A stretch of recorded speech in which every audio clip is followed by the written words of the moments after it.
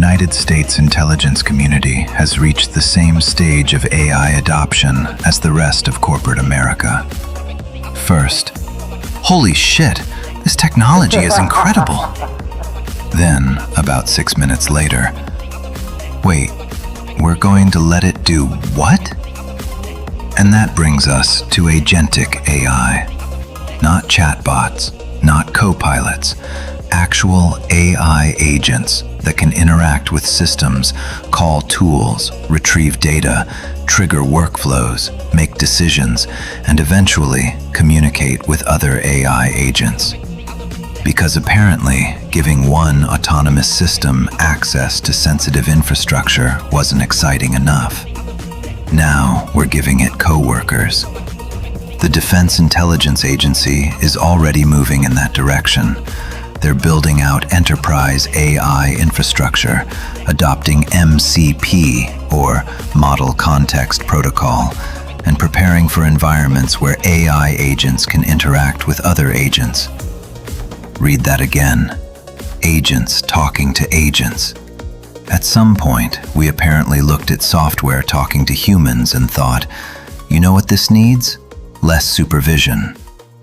Now, to the government's credit, they're not just throwing these agents into mission-critical systems and hoping everyone has a pleasant afternoon. They're actually talking about security, compliance, zero trust, infrastructure, human oversight. All those boring subjects everyone ignores right up until something breaks, and suddenly they become extremely fascinating. And this is where the conversation gets important. Because the biggest risk with Agentic AI isn't necessarily that the model gives you a bad answer. That's chatbot thinking. With agents, the real question is, what is this thing allowed to do? What systems can it touch? What tools can it call? Can it move data? Can it spend money? Can it launch a workflow? Can it talk to another agent and convince that agent to do something? And my personal favorite, who approved any of this? That's where traditional AI safety starts turning into an actual operational security problem.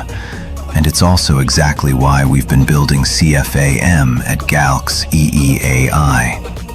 CfAM stands for Containment First Agentic AI Middleware.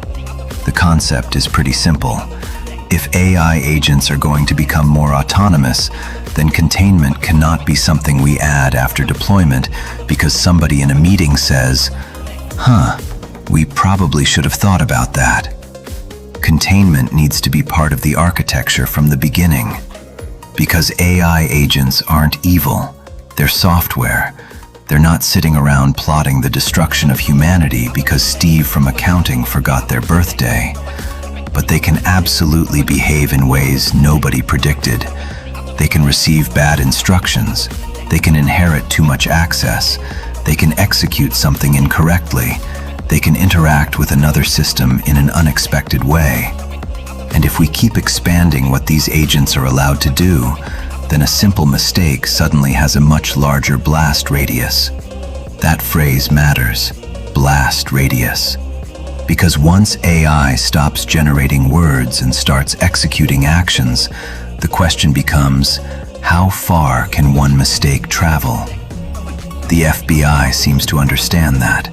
They're testing AI against real operational environments, using review boards, and in some cases, running AI beside existing human workflows before handing it greater responsibility, which is weirdly sensible. It's basically the same way you'd onboard an employee. You don't usually give them full administrator access, the company bank account, production credentials, and the nuclear codes on day one, unless your onboarding process is absolutely incredible. The National Geospatial Intelligence Agency is taking another sensible approach. They're concentrating on getting their data ready before aggressively rolling out AI. Because apparently, we needed artificial intelligence to rediscover one of the oldest rules in technology: garbage in, garbage out. You can have the smartest AI system ever built, but if your data is outdated, duplicated, badly structured, or just plain wrong, congratulations. You've created an incredibly efficient idiot. But here's the part I think businesses should be paying very close attention to.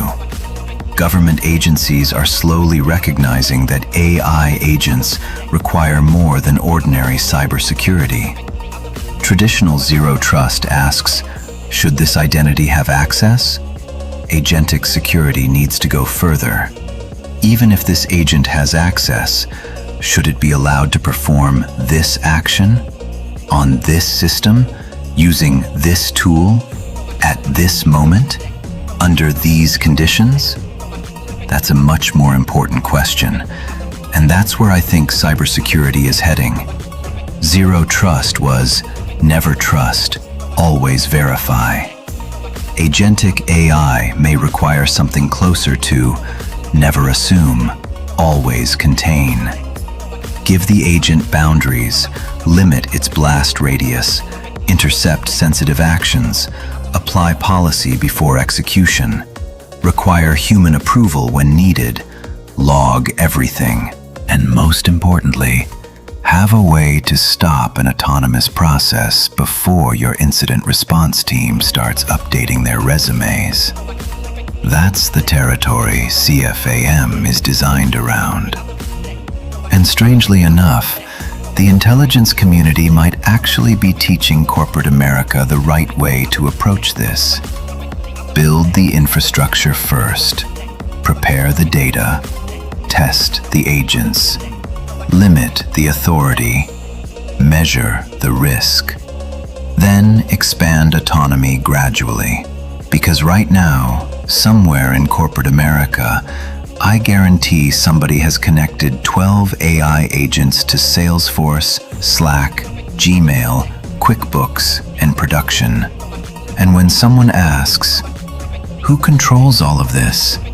The answer is probably, Steve. Who's Steve?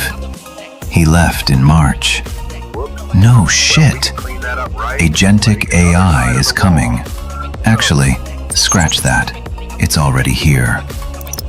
The real question isn't whether businesses and governments will deploy autonomous AI. They will. The question is whether the controls around those agents evolve as fast as the agents themselves. Because building smarter and faster autonomous systems without containment is basically building a race car and deciding brakes can wait until version 2. Personally, I'd install the brakes first. But isn't it true that we've always enjoyed suspense? GALXEE AI, spelled GALXEE, CfAM, containment first. Because before we give AI agents the keys, maybe we should decide where the walls go.